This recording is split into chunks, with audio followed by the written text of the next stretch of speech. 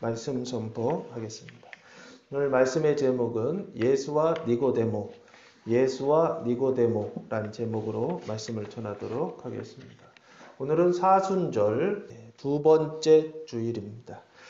푸뉴마 생명에 관한, 영의 구원에 관한 말씀입니다. 니고데모와의 대화를 통해서 예수님께서 세 가지 생명을 말씀하시고 세 가지 생명의 언약을 말씀하고 있는 말씀입니다. 1절 말씀부터 보시면, 그런데 바리새인 중에 니고데모라 하는 사람이 있으니 유대인의 지도자라고 그랬습니다. 이 유대인의 지도자라고 했는데, 이 유대인이라고 하는 것은 유대교를 믿는 사람들을 유대인이라고 그럽니다. 이 유대인을 믿는 사람들이 크게 보면 세 가지, 조금 더 넓게 보면 네 가지 정도가 되는데, 보통은 바리새인, 사두개인, 이 두 종류의 분파가 있고, 두 개가 더 있는데 젤롯당이라고 하는 열심당원들이 있고, 또 하나는 에세네파라고 하는 이 파가 있습니다. 그래서 유대교를 믿는 사람들이 크게 보면 네 가지 분파가 있는데, 첫 번째는 사두개인, 두 번째는 바리새인, 세 번째는 에세네파,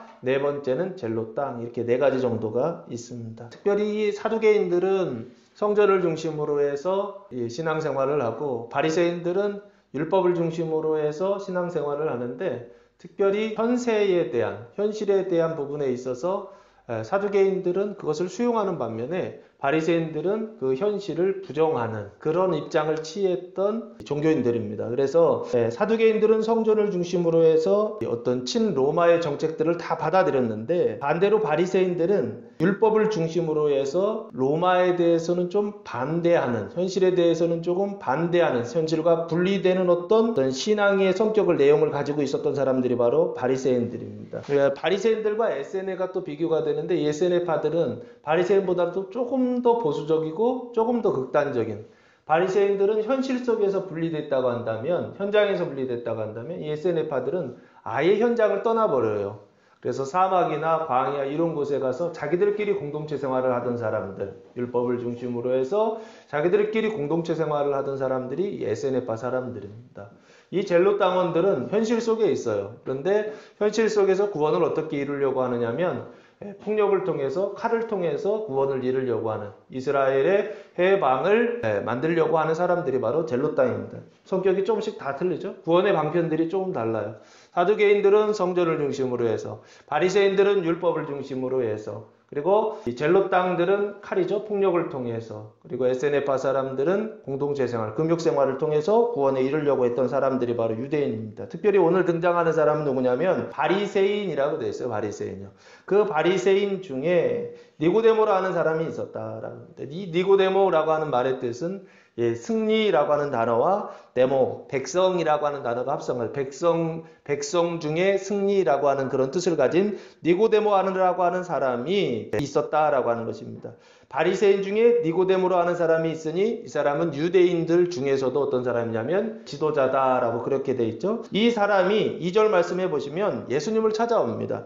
그가 밤에 예수께 와서 이르되, 언제 오냐면 밤에 오죠. 니고데모가 밤에 예수께 와서 이르되, 찾아와서 지금 말을 하는 것입니다. 근데 이때 예수는 어떤 예수냐면, 요한복음 2장 13절 말씀에 보시면 유대인의 유월절이 가까운지라 예수께서 예루살렘으로 올라가셨더니 라고 말씀하고 있어요. 그래서 그 뒤에 14, 15, 16, 17, 18절에 이어지는 말씀이 뭐냐면, 더럽혀진 성전을 정화하고, 그리고 예수님께서 이 성전을 헐라, 표적을 보여달라고 하니까 성전을 헐라, 그러면 내가 그 성전을 다시 일으키겠다라고 말씀하시는 예수예요. 그러니까 이 예수는 그냥 예수를 얘기하는 게 아니라 3장의 예수는 2장에 있었던 예수의 이 일들을 하신 예수다라는 거예요. 예루살렘에 가셔서 성전, 더럽혀진 성전을 정결하게 하시고, 그리고 그 성전을 어떻게 하시겠다? 무너뜨리시겠다라고 말씀하셨던 예수예요. 그러니까 니고데모가 밤에 예수께 와서, 이 밤에 왔다라고 하는 건 뭡니까? 낮에 올 수도 있죠. 근데 밤에 왔다는 거예요. 왜 밤에 왔을까요? 사람들의 시선을 피하여 온 것이 아닌가 싶어요. 밤에 와서 이르되 두 가지를 얘기합니다. 첫 번째는 랍비여 우리가 당신은 하나님께로부터 오신 선생인 줄 아나이다. 이게 첫 번째고요. 두 번째가 하나님이 함께 하시지 아니하시면 당신이 행하시는 이 표적을 아무도 알 수 없음이니이다 라고 하는 이 두 가지를 이야기합니다. 첫 번째 보시면 이 첫 번째는 예수님의 어떤 존재, 그 존재의 근원, 그 존재의 근본, 그 출신, 그 상태, 존재의 상태를 지금 설명하고 있어요. 랍비요 그러죠. 랍비, 나의 선생님이란 뜻입니다. 우리가, 당신은, 이 우리라고 하는 것은 니고데모와 바리새인들, 자기를 따르는 그 바리새인들 우리가 당신은 하나님께로부터 오신 선생인 줄 아나이다. 선생인 줄이라고 되어 있죠. 이게 존재를 표현하는 단어입니다. 하나님께로부터 오신 사람이다라는 거예요. 하나님께로부터 오신 선생인 줄 아나이다. 그러니까 오셨다라고 하는 것은 어디 출신이다라고 하는 뜻입니다. 그래서 어디로부터 왔는가라고 했을 때 그 존재의 상태를 하나님으로부터 온 존재이다. 하나님으로부터 온 사람이다라고 하는 것을 지금 말하고 있어요. 하나님은 어디 계시죠? 하나님은 이 시 공간을 넘어서는 곳에 계시죠. 우리는 지금 어디에 있습니까? 시간과 공간이라고 하는 이 3차원적 세계에 살고 있죠. 그래서 예수님은 어디서부터 오셨냐면 하나님 아버지가 계신 그곳에서 5차원에서 3차원으로 오신 분, 그분이 바로 누구시다? 예수님이시다 라고 하는 것을 지금 말하고 있는 거예요. 그리고 나서 두 번째는 예수님의 행동의 상태를 보여주고 있어요. 하나님이 함께 하시지 아니하시면 당신이 행하시는 이 표적을 아무도 할 수 없음이니이다 라고 말하고 있어요. 예수님께서 행하시는 이 표적이라고 되어 있죠. 이 행하신다 라고 하는 것이 행동의 상태를 얘기하는데 예수님의 이 행동의 상태는 누가 함께 하시는 것이다? 하나님이 함께 하시는 것이요. 그래서 하시는 그 표적은 누가 하시는 것이냐면 예수께서 하시는 것이지만 하나님께서 하시는 일이다 라고 그렇게 지금 예수님을 찾아와서 말하고 있더라는 것입니다. 왜 이렇게 얘기했을까요? 왜 밤에 유대인의 지도자였던 이 니고데모가 예수님을 찾아와서 이렇게 얘기했어요. 당신은 하나님으로부터 오신 선생이고 당신은 하나님께서 함께 하셔서 하나님의 일을 행하고 있는 하나님의 사람입니다. 라고 이렇게 지금 말하고 있다고요. 그 존재의 상태와 그 행동의 상태에 대해서 부정적으로 얘기하고 있지 않죠. 아주 긍정적으로 말하고 있다고요. 왜 그럴까요? 왜 이 니고데모는 예수님을 이렇게 찾아와서 얘기할까요? 그게 바로 3절 이 표적 때문에 그렇다는 것입니다. 당신이 행하시는 이 표적을 아무도 알 수 없습니다. 다른 사람은 아무도 하지 못했는데 당신이 그걸 했다는 거예요. 그 예수님께서 행하신 그 표적이 무엇입니까? 그게 바로 2장 15절 말씀부터 나오는 장면입니다. 예수님께서 행하신 첫 번째 표적은 15절 16절 말씀이에요. 노끈으로 채찍을 만드사 양이나 소를 다 성전에서 내쫓으시고 돈 바꾸는 사람들의 돈을 쏟으시며 상을 엎으시고 비둘기 파는 사람들에게 이르시되 이것을 여기서 가져가라. 내 아버지의 집으로 장사하는 집을 만들지 말라 하시니 라고 하는 것이요. 이게 예수님께서 앞에서 행하신 일이라고요. 성전에서, 예루살렘 성전에서 행하신 일이라고요. 성전의 상태가 지금 어떻습니까? 노끈으로 채찍을 만드사 양이나 소를 다 성전에서 내쫓았다 그랬죠? 그러면 성전 안에 지금 뭐가 있었다는 거예요? 양이나 소가 있었다라고 하는 것이죠. 그 양이나 소는 뭐 하려고요? 하나님께 제물을 드리기 위해서요. 누가? 상인들이 그 안에서 뭐 하고 있었던 거예요? 장사하고 있었던 것이죠. 그러니까 성전 안에 상인이 장사하고 있었던 거예요. 그래서 예수님께서 어떻게 하셨다고요? 쫓아내셨다는 거예요. 노끈으로 채찍을 만들어서 양이나 소를 쫓아내시고 그리고 거기에 또 한 부류의 사람이 있었죠. 돈 바꾸는 사람이 있었다고 그랬죠. 그 돈 바꾸는 것은 왜 돈을 바꿉니까? 이거 환전상인데요. 유대인들이 다른 나라에 살다가 제사를 드리기 위해 성회를 지키기 위해서 유월절을 지키기 위해서 예루살렘으로 돌아오면 다른 나라 돈을 가지고 있잖아요. 로마의 돈을 가지고 있잖아요. 그래서 그 돈을 어떻게 하는 것이냐면 성전에서 사용하는 돈으로 바꾸기 위해서 성전 안에 누가 있었냐면 돈을 바꿔주는 사람이 있었다는 거예요. 그래서 거기서 돈을 환전하여서 그 환전된 돈으로 돈을 바꿔서 성전에서 사용하는 돈으로 바꿔서 그걸 가지고 재물을 사는 그 일을 어디에서 다 하고 있었냐면 성전에서 하고 있었고 성전 안에서 이루어지고 있었다라는 거예요. 원래 이게 가능합니까? 불가능합니까? 성전에서 장사하는 거 가능해요? 불가능해요? 원래는 불가능합니다.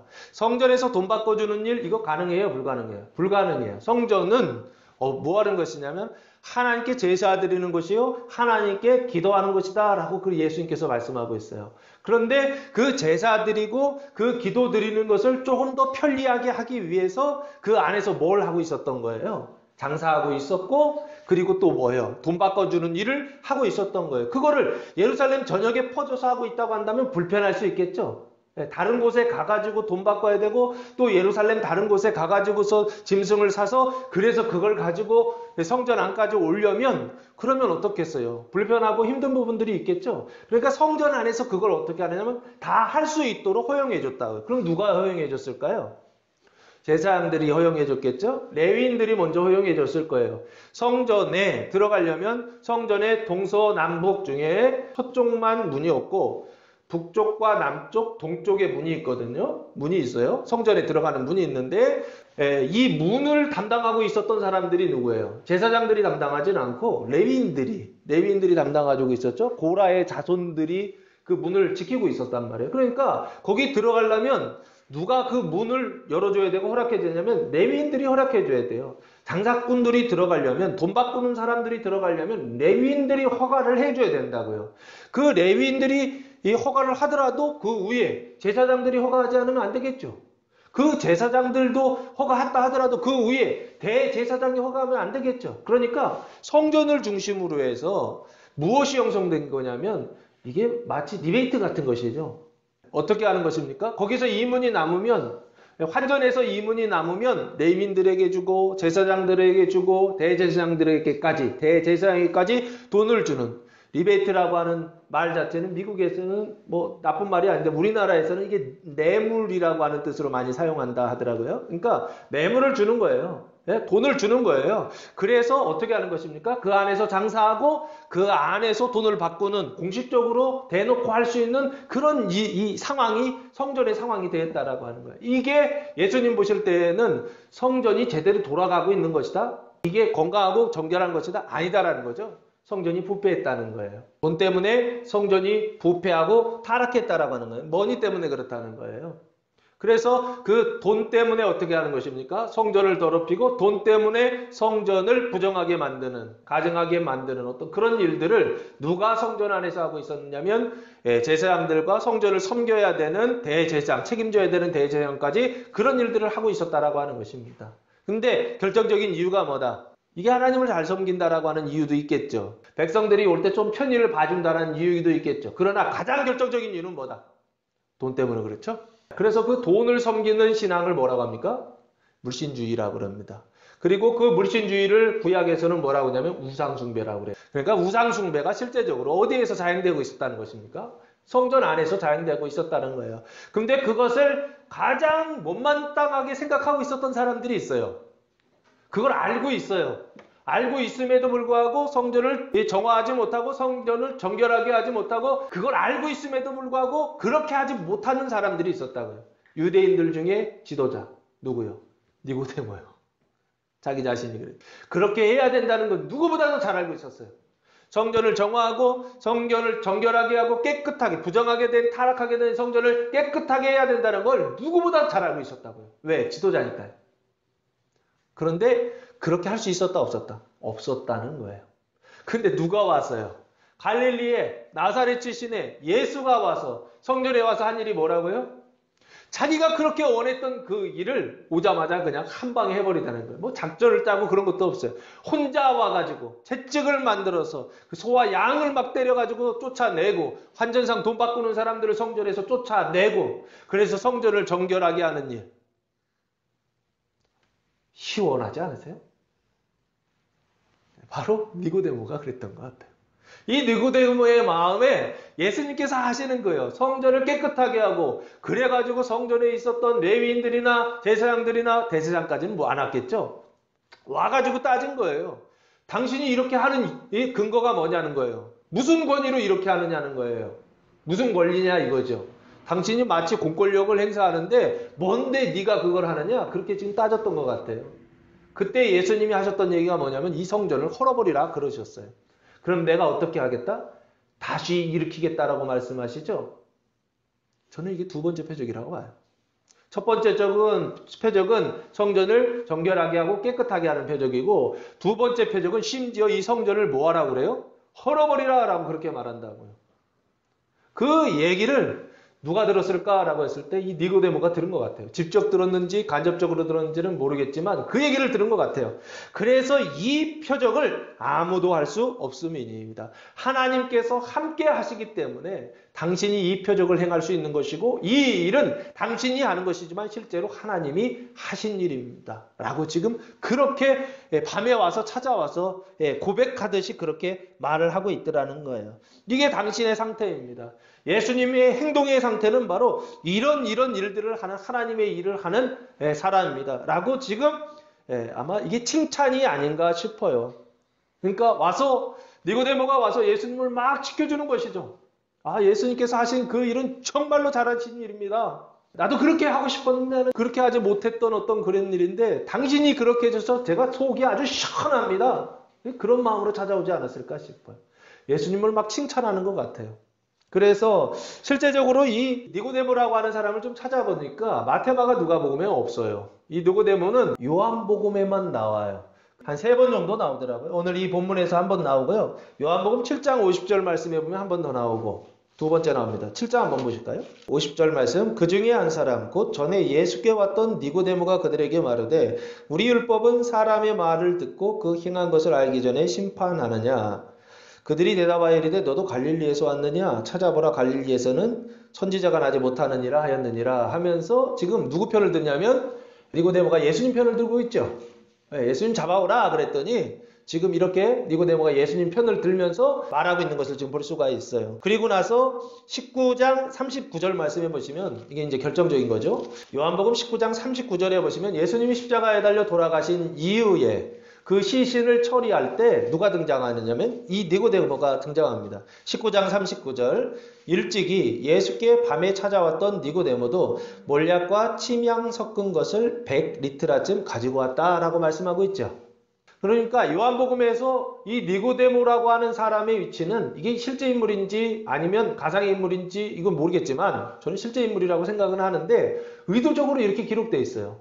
예수님의 사역에 있어서의 가나의 혼인잔치 이후의 첫 번째 사건이 니고데모와의 대화예요. 아주 중요한 위치를 차지하고 있어요. 그리고 마지막 예수님께서 십자가에 달려 돌아가시고 나서 그 시체를 처리하는 무덤 속에 그 장사 지내는 그 일에도 제자들이 등장하지 않아요. 누가 등장한다고요? 니고데모가 등장한다고요.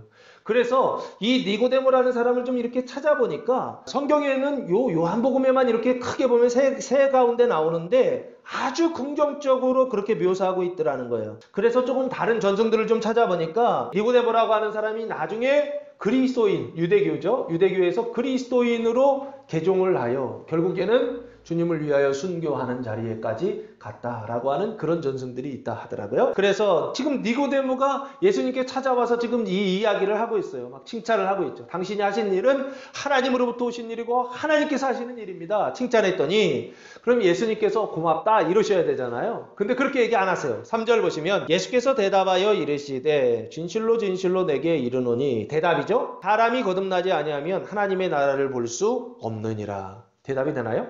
하나님으로부터 오신 분이고 하나님의 일을 하고 계시다라고 이야기했더니 그래 맞다. 하나님의 일이다. 이래야 되는데 예수는 그렇게 얘기하지 않으세요. 거듭나지 아니하면 하나님의 나라를 볼 수 없다라고 그렇게 대답을 하시더라는 거예요. 사람이 거듭나지 아니하면 하나님의 나라를 볼 수 없다라고 대답하시더라는 거예요. 이것은 지금 니고데모가 지금 예수님께 그렇게 말을 했을 때 그 말에 대한 대답인데 이 예수님의 이 대답을 보면 전혀 대답이 안 돼요. 무슨 얘기를 하시는지 전혀 모르겠다라고 하는 어떤 그런 생각이 들 정도의 어떤 그런 얘기들을 하고 계세요. 마치 이 선문답 같은 것이죠. 그런데 내용을 이렇게 찬찬히 살펴보면 이렇게 되어 있습니다. 진실로 진실로 내게 이르노니 이 진실로라고 하는 단어가 아멘이라고 하는 단어입니다. 이 아멘이라는 단어가 아주 굳건히 진실로 믿을 수 있는 이라고 하는 뜻이에요. 아주 진짜라는 거죠. 진실로가 2번 들어있다라고 하는 것은 아주 크게 강조하는 것이죠. 예수님께서 아주 중요하다라는 거예요. 진실로 진실로 내게 이르노니 사람이 거듭나지 아니하면 하나님의 나라를 볼 수 있다 없다? 없다. 그러면 다시 한번 생각해 보세요. 거듭나지 않으면 하나님 나라를 볼 수 없다고 했잖아요. 없다고 한다면 니고데모는 지금 하나님 나라를 보고 있는 겁니까? 보지 못하고 있는 겁니까? 거듭나지 아니하면 하나님 나라를 볼 수 없다라고 지금 대답하시는 것은 니고데모가 지금 보고 있다, 보고 있지 않다. 하나님 나라를 보고 있다, 하나님 나라를 보지 못하고 있다. 못하고 있다? 그러면 하나님 나라를 보지 못하고 있다고 한다면 지금 니고데모가 보고 있는 것은 무엇입니까? 그게 바로 표적입니다. 니고데모가 보고 있는 것이 바로 무엇이냐면 이 표적을 보고 있더라는 거예요. 근데 이 표적이 무엇이냐면 하나님 나라의 표적이라고요. 마치 손가락으로 그 하나님 나라를 이 표적이라고 하는 것이 가리키고 있는데 이 표적을 보고 어떻게 하고 있느냐면 하나님 나라를 보지 못하는 사람. 이 사람이 바로 누구냐면 니고데모가 아닌가 싶습니다. 한참을 고민했어요. 봤다는 얘기인가 못 봤다는 얘기인가. 제 결론은 못 봤다입니다. 왜 못 봤느냐라고 했을 때 이 사람은 하나님 나라를 보고 있는 것이 아니라 그 하나님 나라를 가리키는 표적을 보고 예수님을 지금 찾아와서 이야기하고 있더라는 거예요. 이 사람의 신앙은 거듭난 신앙이 아니라 거듭나기 이전의 신앙이더라는 거예요. 그래서 하나님 나라는 보지 못하고 뭐만 보고 있느냐면 그 하나님 나라의 표적만 보고 예수님을 찾아와서 말하고 있더라고 하는 것입니다. 그러면 거듭나면 어떻게 되죠? 하나님 나라를 볼 수 있게 되겠죠. 그 하나님 나라, 이 나라, 하나님의 나라, 데오스 바실레이아라고 하는 단어를 사용했는데 바실레이아라고 하는 단어는 하나님의 통치, 하나님의 왕권, 하나님의 주권 뭐 이런 뜻이에요. 하나님의 나라의 다스림 이런 뜻인데 그 하나님의 통치의 수단이 두 가지예요. 그게 바로 뭡니까? 의와 생명이라고 하는 두 가지 수단을 가지고 그러니까 실제적으로 이 하나님의 나라는 누구를 얘기하는 것이냐라고 했을 때 하나님으로 오신 분 그분이 바로 예수 그리스도세요. 하나님의 아들로 오신 분 그래서 하나님 나라를 가져오신 분 하나님 나라의 그 통치를 시작하신 분 그분이 바로 예수 그리스도시다. 언제 시작하셨죠? 지난주에 예수의 시험을 통하여서 하나님 나라의 그 생명의 시작을 알리셨다라고 그렇게 말씀드렸죠. 그래서 오늘 이 말씀에서도 하나님 나라라고 할 때 이 하나님 나라는 결국에 예수의 나라다라고 그렇게 말할 수가 있어요. 그 예수의 나라를 보고 그리고 와서 예수님께 말해야 되는데 실제적으로는 예수님의 그 나라를 보고 온 것이 아니라 그 표적을 보고 와서 예수님께 말하고 있더라는 것입니다. 그게 바로 누구다? 니고데모다라고 하는 것입니다. 그래서 이 니고데모의 이 상태는 어떤 상태냐면 거듭나지 못한 상태죠. 그래서 거듭나지 못한 상태에서 볼 수 있는 건 뭐밖에 보지 못한다? 표적밖에 보지 못한다라고 하는 것입니다. 예수님께서 많은 기적들을 보여주시지 않았습니까? 표적들을 보여주시지 않았어요? 근데 그 기적이나 표적이라고 하는 것은 무엇을 위한 것이다? 하나님 나라를 보여주시기 위한 것이다 라는 거예요. 그런데 거듭나기 전에는 무엇만 보인다? 기적만 보이고 표적만 보이고 대표적인 게 두 가지죠. 첫 번째는 병 고쳐주는 것입니다. 두 번째는요. 귀신 쫓아내 주시는 것입니다. 하나 더 있네요. 세 번째는요. 물 위를 걷는다든지 어떤 초자연적인 어떤 기적을 보여주시는 것. 이런 것들이 예수님께서 하셨던 여러 가지 표적이었습니다. 근데 그 표적은 언제예요? 거듭나기 전에 보면 그건 다 표적으로 보여요. 거듭나기 전에는 그게 다 표적으로 보인다고요. 근데 거듭난 뒤에는 그 표적을 통해서 뭐가 보이기 시작하느냐면 하나님 나라가 보이기 시작한다라고 하는 것입니다. 그래서 지금 이 1절, 2절, 3절까지의 말씀은 예수님께서 니고데모와의 대화를 통해서 무엇인가 한 가지를 언약하고 있는데 그 한 가지가 무엇이냐면 하나님 나라를 보는 거듭남 이후의 그 구원을 지금 설명하고 있더라는 거예요. 거듭남을 기준으로 해서 그 거듭남 이후의 구원이요. 하나님 나라를 보는 구원이요. 그 구원을 뭐라고 하냐면 거룩함이라고 합니다. 그래서 1절부터 3절까지 말씀은 하나님의 나라를 보는 거룩함의 언약에 관한 말씀이다 라고 그렇게 말을 할 수가 있습니다. 4절부터 보시면 두 번째 언약이 나오는데 니고데모가 이르되 사람이 늙으면 어떻게 날 수 있사옵나이까? 두 번째 모태에 들어갔다가 날 수 있사옵나이까? 라고 예수님께 반문을 해요. 무슨 얘기냐면 사람이 늙으면 어떻게 날 수 있사옵나이까? 이건 질문이지만 질문이 아니에요. 반문이에요. 이게 절대로 불가능한 일이다 이런 뜻이에요. 사람이 늙으면 다시 날 수 있어요 없어요? 늙은 사람이 다시 날 수 있다는 게 말이 안 되잖아요. 왜 안 됩니까? 이게 자연상이기 때문에 그래요. 자연 법칙이기 때문에 그래요. 사람이 늙으면 다시 날 수 없는 것은 당연한 현상이라고요. 근데 예수님께서 다시 난다고 말씀하신다고요. 그러니까 말이 안 되잖아요. 말도 안 되는 소리 하지 마십시오 라는 얘기라고요. 궁금해서 예수님께 이렇게 묻는 어떤 질문하는 것도 될 수 있지만 실제적으로는 이거는 말도 안 되지 않습니까? 라고 하는 반문에 가깝다고요. 의심에 가깝다고요. 두 번째 모태에 들어갔다 날 수 있사옵나이까? 그 노인이 나이 든 사람이 두 번째 모태에 들어간다는 거예요. 이 모태라는 게 뭡니까? 모자가 어머니 있잖아요. 태가요. 어머니의 그 자궁에 다시 들어가서 다시 태어날 수 있습니까? 날 수 있사옵나이까? 절대로 그럴 수 없지 않습니까? 라고 지금 예수님께 반문하고 있는 거라고요. 왜 이렇게 반문하느냐? 그럼 사람들은 항상 하나님의 말씀, 예수님의 말씀, 이 거듭남에 대한 말씀, 천국 생명에 대한 말씀을 들었을 때 항상 반응은 뭐냐면 이런 반응이에요. 이게 어떻게 가능합니까? 이건 불가능하지 않습니까? 왜 그래요? 기준이 있어서 그래요. 어떤 기준에 의해 때문에 그렇습니까? 이 자연법칙이라고 하는 인과일 때문에 그래요. 우리가 가지고 있는 어떤 기준이 있는데 우리 안에 있는 이 내적 기준이 뭐냐면 자연법칙이라는 거예요. 자연의 현상에 맞으면 이해가 되는데 그거에 맞지 않으면요. 이해하지 못하는 이런 우리의 생각 때문에 지금 예수님께서 거듭나지 아니하면 하나님 나라를 볼 수 없다라고 이렇게 말씀하셨을 때 예, 아멘 하고 받아들여야 되는데 실제로는 받아들이지 못하게 되더라는 거예요. 그래서 이게 말이 되는 얘기입니까? 라고 그렇게 반문하니까 예수님께서 5절에 이렇게 대답해 주세요. 예수께서 대답하시되 진실로 진실로 내게 이르노니 진실로가 두 번 들어있죠? 굉장히 중요하다는 얘기예요. 사람이 물과 성령으로 나지 아니하면 하나님의 나라에 들어갈 수 없다라고 되어 있죠. 여기가 좀 다른 점이죠. 아까는 하나님의 나라를 볼 수 없다라고 그랬죠. 여기는 하나님의 나라에 들어갈 수 없다 그랬죠. 근데 무엇을 통해서? 물과 성령으로 나지 아니하면 이게 수단이에요. 거듭남의 수단이 뭔지를 예수님께서 아주 분명하게 설명해 주세요. 어떻게 날 수 있습니까? 물었더니 이게 말이 됩니까? 그랬더니 말 돼라고 얘기하신다고요. 두 가지 방법을 통해서 두 가지 수단을 통해서 하나님의 은총의 수단을 통해서 어떻게 될 수 있다? 거듭날 수 있다. 하나님 나라에 들어갈 수 있다라고 예수님께서 지금 대답하고 계시다고요. 그 첫 번째가 물이에요. 물이라고 하는 것은 뭡니까? 물과 성령으로 거듭나지 아니하면 그 얘기는 물과 성령으로 거듭난다는 얘기죠. 그러면 물은 뭡니까? 물은 성경에 보시면 이 물이라고 하는 단어를 좀 주목해서 볼 필요가 있어요. 성경에 물이라고 하는 단어가 많이 나와요. 의외로. 근데 이 물이 마시는 물이는 경우도 있지만 3차원적 물일 수도 있지만 이 물이 3차원적인 물이 아닌 경우들이 있어요. 4차원적인 물을 이야기할 때가 있어요. 정신적인 차원에서의 물도 있고 영적인 차원에서의 물도 있어요.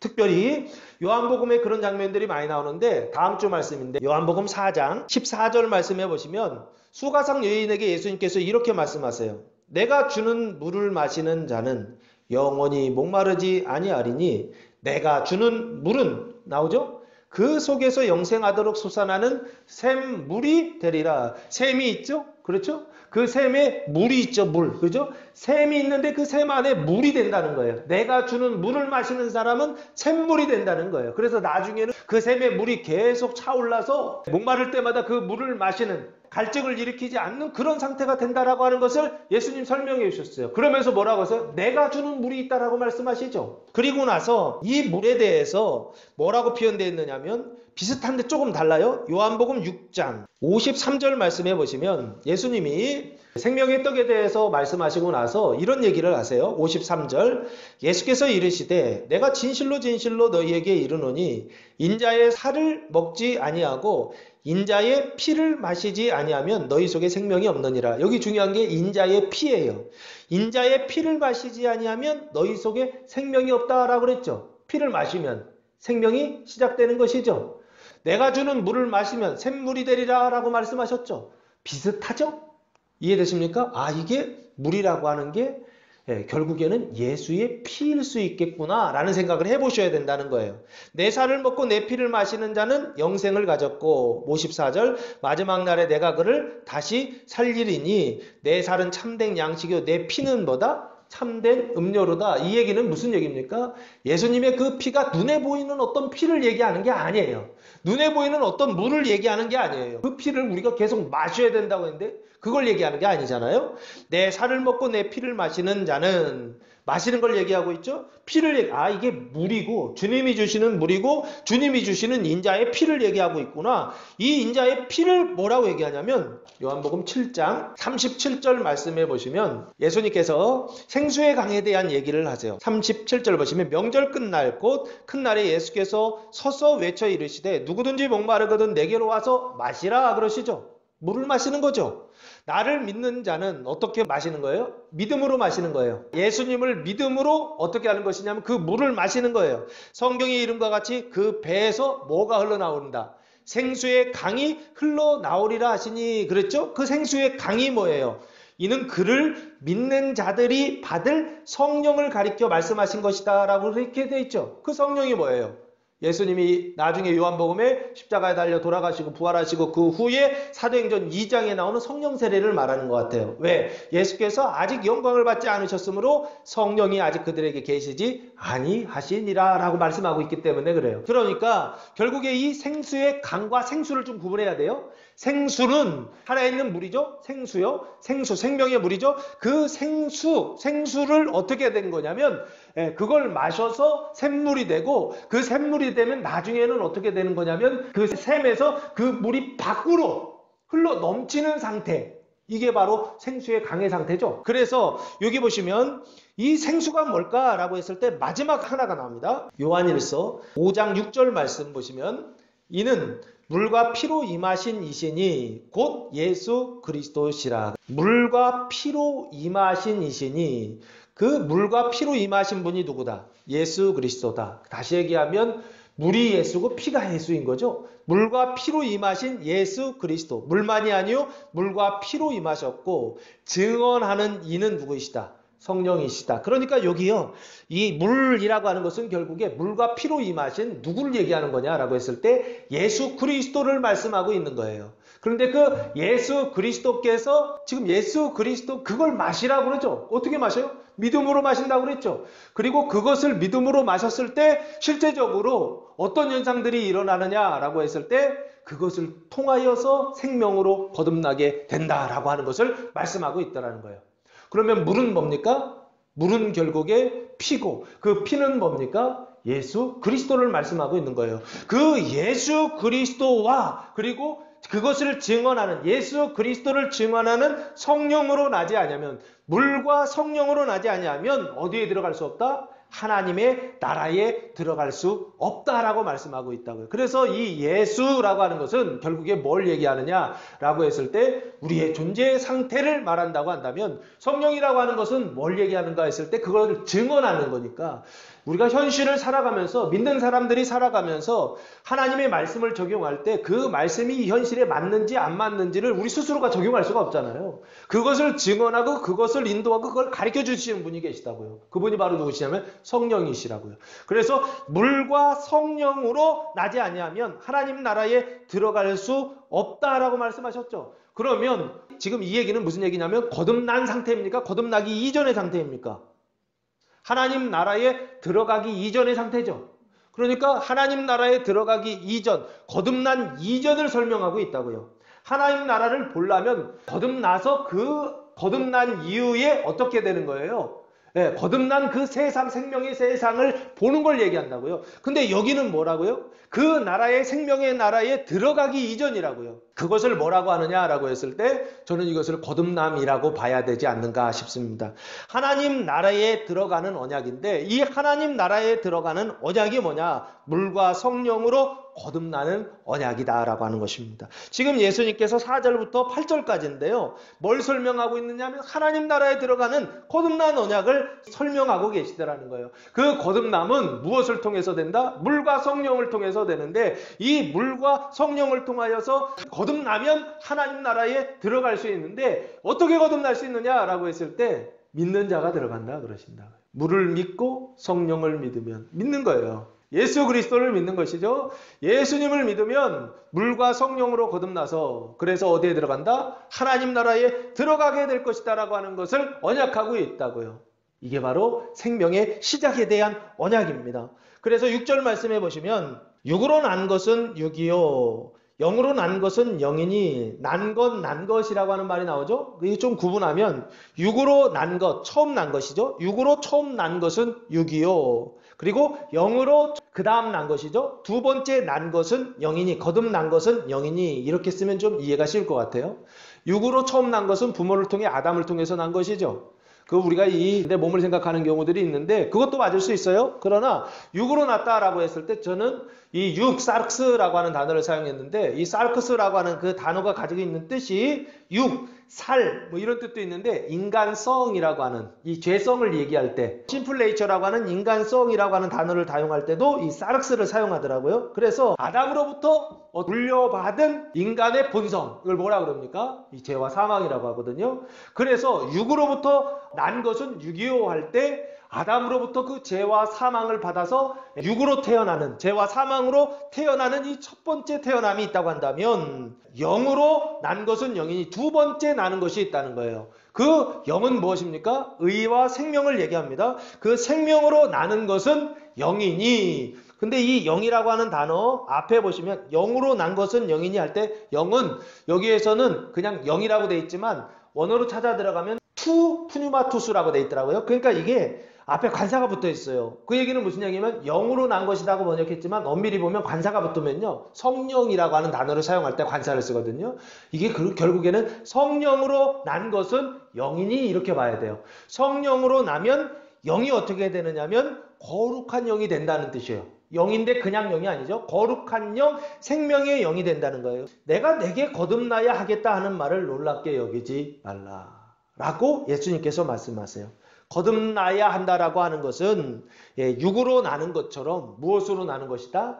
영으로 다시 나야 하는 것이니 이것을 놀랍게 여기지 말라라고 예수님께서 말씀하고 있어요. 왜 놀랍게 여깁니까? 한 번도 이 세상에 있었던 일이 아니기 때문에 그래요. 자기가 경험해보지 않았기 때문에 그래요. 육으로 나는 것은 태어날 때부터 육으로 나기 때문에 경험을 해봤는데 영으로 나는 것은 생명으로 나는 것은 한 번도 해보지 않았기 때문에 이게 뭔지를 모른다고요. 그래서 놀랍게 여기고 그래서 이상히 여길 수밖에 없는 것이라고요. 그래서 예수님께서 말씀하시는 거예요.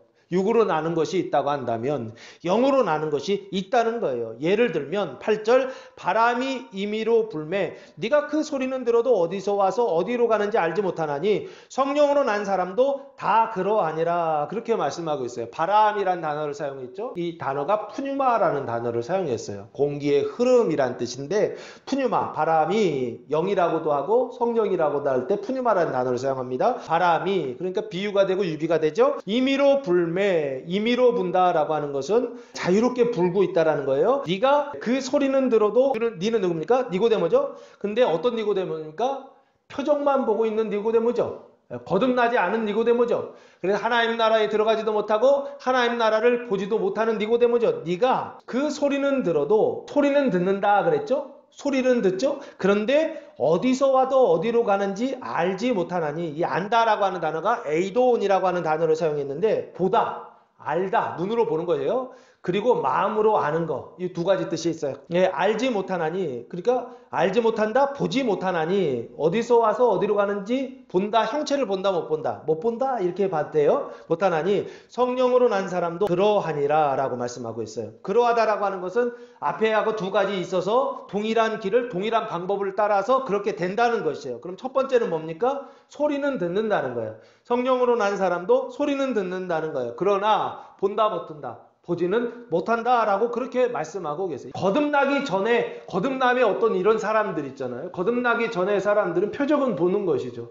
그러나 실제적으로 가서 들어가지도 못하지만 보지도 못한다는 거예요. 마치 뭐처럼요? 바람처럼요. 그래서 성령으로 난 사람도 다 그러하니라. 소리는 듣지만 보지는 못한다라고 그렇게 설명하셨어요. 그러면서 4절부터 8절까지 뭘 얘기하고 가느냐? 하나님 나라에 들어가는 거듭남의 언약에 대해서 말씀하시는데 두 가지 수단이 있다. 무엇을 통해서? 물과 성령으로 거듭난다라고 하는 것을 예수님께서 설명해 주셨어요. 그리고 나서 9절부터 보시면 17절까지 9절부터 17절까지 보시면 마지막 생명에 대한 예수님의 언약이 나옵니다. 니고데모가 대답하여 이르되 어찌 그러한 일이 있을 수 있나이까? 라고 다시 물어요. 세 번째 물음이죠. 어찌 그러한 일이 있을 수 있는, 거듭남의 근거가 뭡니까? 도대체 어떻게 해서 그렇게 거듭날 수가 있는 것입니까? 물과 성령으로 거듭난다 하셨는데 어떻게 거듭날 수가 있는 일입니까? 라고, 그러한 일이 있을 수 있습니까? 어떻게 거듭나는 일이, 거룩하는 일이 있을 수 있습니까? 그래서 이 어찌 그러한 일이 할 때 이 일이라고 하는 건 두 가지 차원을 봐야 돼요.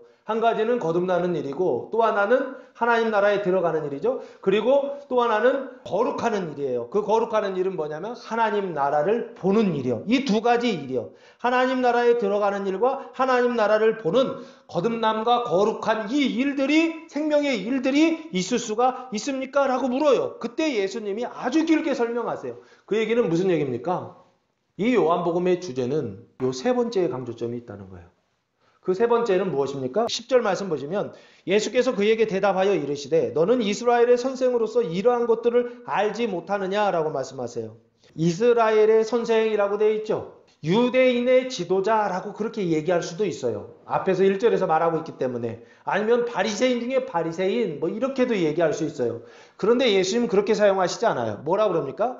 이스라엘의 지도자, 이스라엘의 선생이라고 얘기하고 있죠. 이 이스라엘이라고 하는 이름은 무슨 이름입니까? 이게 언약이에요. 아브라함과 이삭과 야곱의 하나님 할 때 이 야곱의 이름이 바뀌죠. 아브라함은 뭐에 대한 언약입니까? 죄를 의로 바꾸는 칭의에 대한 언약이라고 한다면, 이삭은 뭐에 대한 언약입니까? 사망을 생명으로 바꾸는 생명의 시작, 거듭남에 대한 언약이라고 한다면, 이 야곱은 무슨 언약입니까? 거룩함인데 사망이 생명으로 바뀌어서 성장하여서 완성에 이르는 언약이요. 그때 그 완성에 이를 때 그 이름을 뭐라고 바꿔주시냐면 이스라엘이라고 바꿔주시거든요.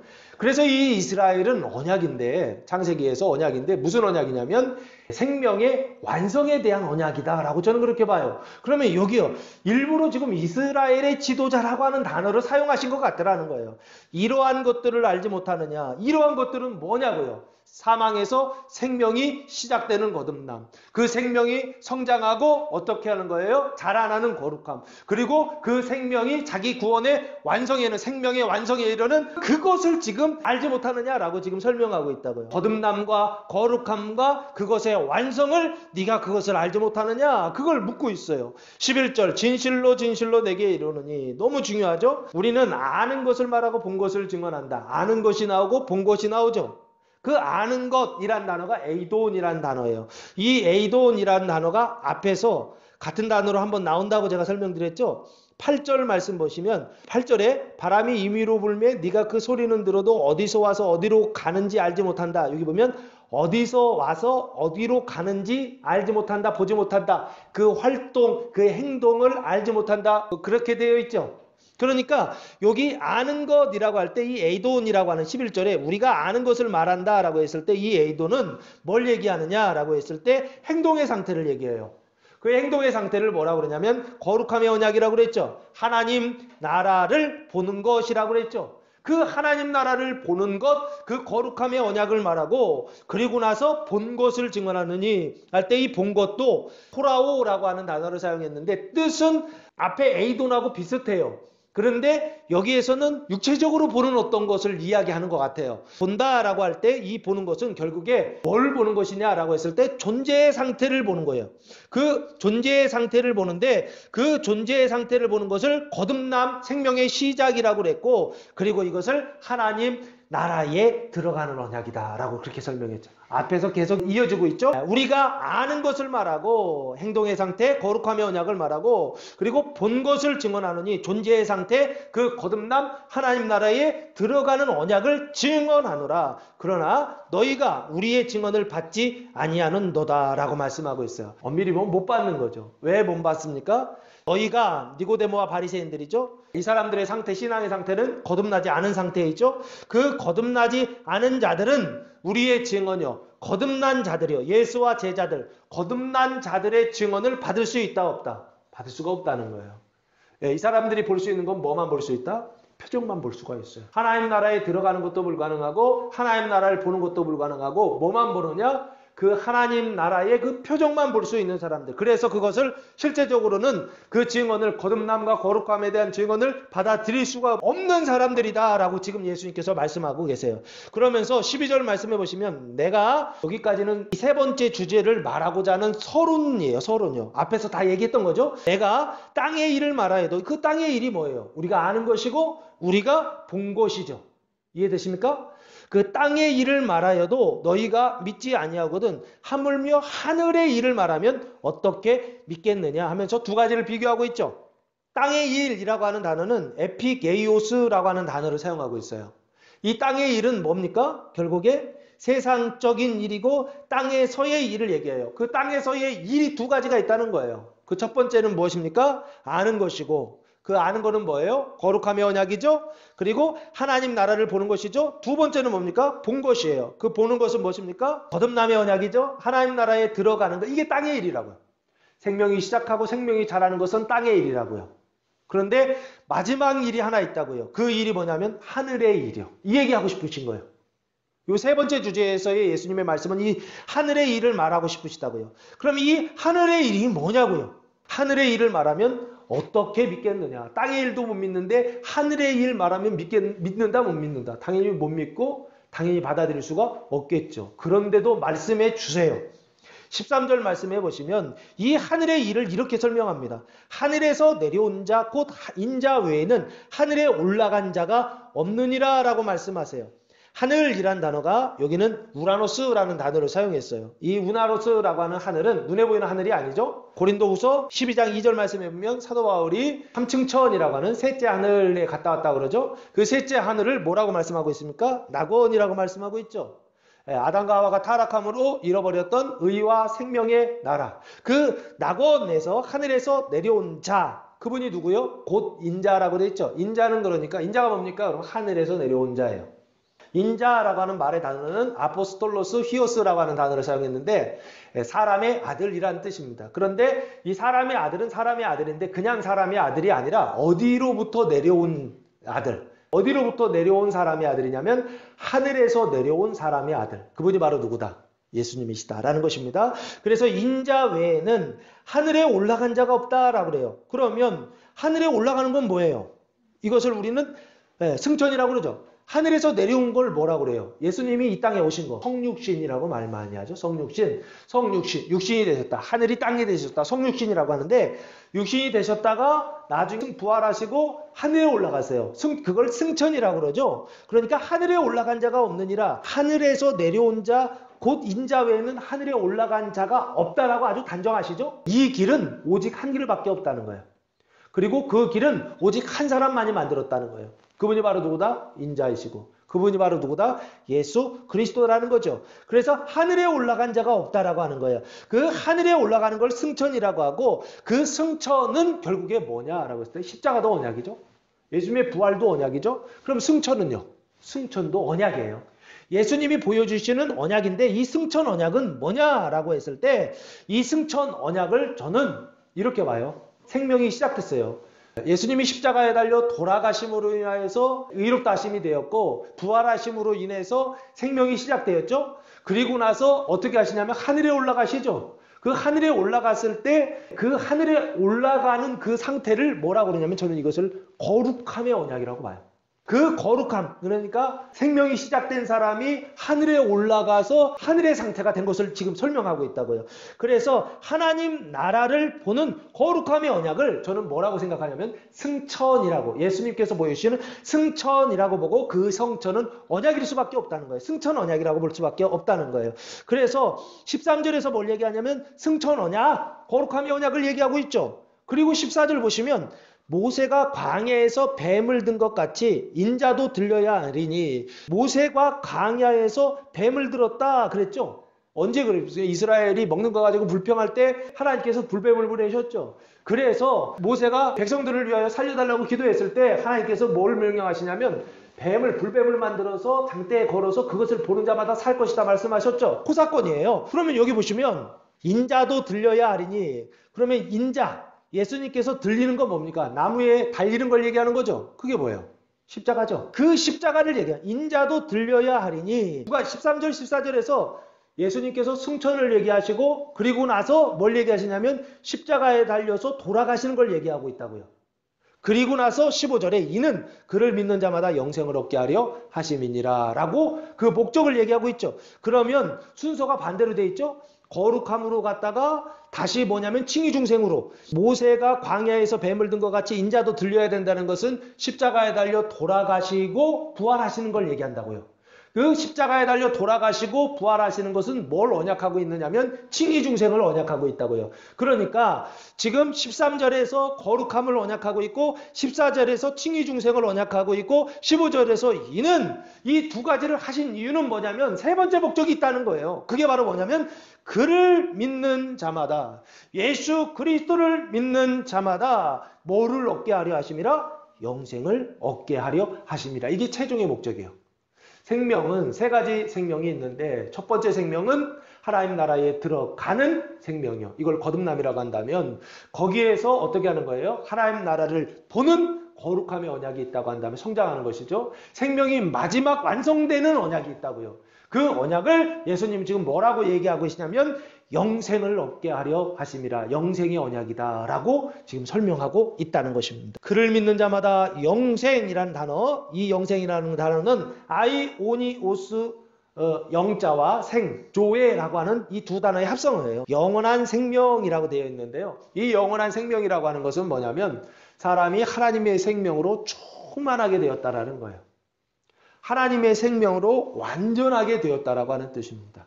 그래서 자기 구원의 완성에 이르게 되었다. 푸뉴마 생명의 완성에 이르게 되었다라고 하는 것을 말해요. 거기에 어떻게 해요? 얻게, 이르게 하려 하심이라고 예수님 말씀하신다고요. 그러니까 두 가지죠. 하나님 나라에 들어가는 것도 그렇고 하나님 나라를 보는 것도 그렇고, 이 두 가지는 어떤 목적이 있는 것이냐라고 했을 때 영생을 얻는 것에 목적이 있다라고 하는 이 세 번째를 지금 말씀하고 있다고 하는 것입니다.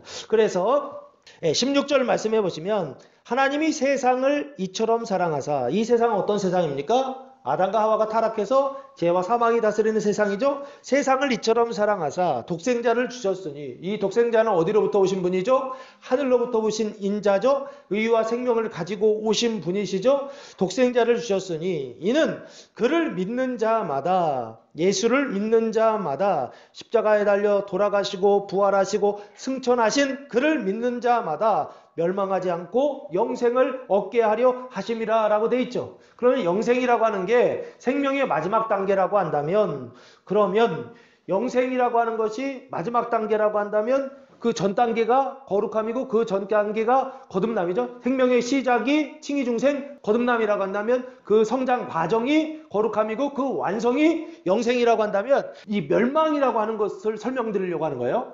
멸망이 뭘까요? 멸망이. 도둑이 오는 것은 속이고 죽이고 멸망시키려 오셨다라고 예수님 그렇게 말씀하시거든요. 그러니까 죽이는 것과 멸망하는 것을 구분하고 계세요. 제가 이 멸망이라는 것을 좀 찾아봤는데 요한계시록 20장 14절 말씀에 보시면 이런 단어가 나와요. 사망과 음부도 불못에 던져지시니 이것은 둘째 사망 곧 불못이라. 둘째 사망이라고 하는 것이 나오죠. 그 둘째 사망을 성경에서는 뭐라고 표현하고 있는가라고 했을 때 멸망이라고 표현하고 있는 것이 아닌가 싶어요. 그래서 둘째 사망이 있으면 첫째 사망이 있지 않을까 유추해 보면, 그럼 이렇게 생각할 수 있겠죠. 멸망이라고 하는 것이 이 둘째 사망이라면 그 죽이는 것, 사망, 일반적으로 죽이다, 사망하다 할 때 그 사망이라고 하는 것을 첫째 사망이라고 말해야 되지 않는가 생각해요. 사망으로 살아가는 것을 얘기하는 것입니다. 그리고 나서 그러면 생명도 첫째 생명이 있고 둘째 생명이 있지 않을까 이렇게 생각할 수 있는 거예요. 그 첫째 생명이 뭐냐라고 했을 때 그것을 거룩함이라고 얘기한다면, 그럼 둘째 생명이 뭐냐라고 했을 때 저는 그것을 영생이라고 봐야 되지 않을까 싶습니다. 17절 말씀해 보시면 하나님이 그 아들을 세상에 보내신 것은 5차원에 계신 그 하나님이 그 아들을 세상 3차원의 육신적인 세상에 보내신 것은 세상을 뭐하려 하심이 아니다, 심판하려 하심이 아니다 라고 말씀하고 있죠. 그러면 뭐 하려고요?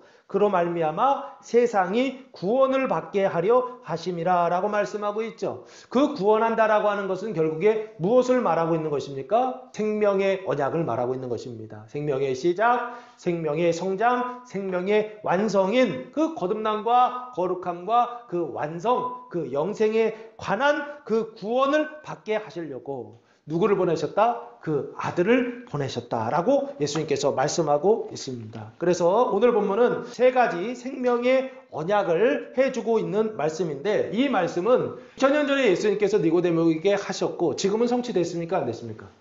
지금은 돌아가시고 부활하시고 하시고 강림하시까지 다 하셨어요. 그러니까 지금은 이 세 가지 생명의 언약은 이미 성취되었습니다. 그러므로 믿음으로 받으시기 바랍니다.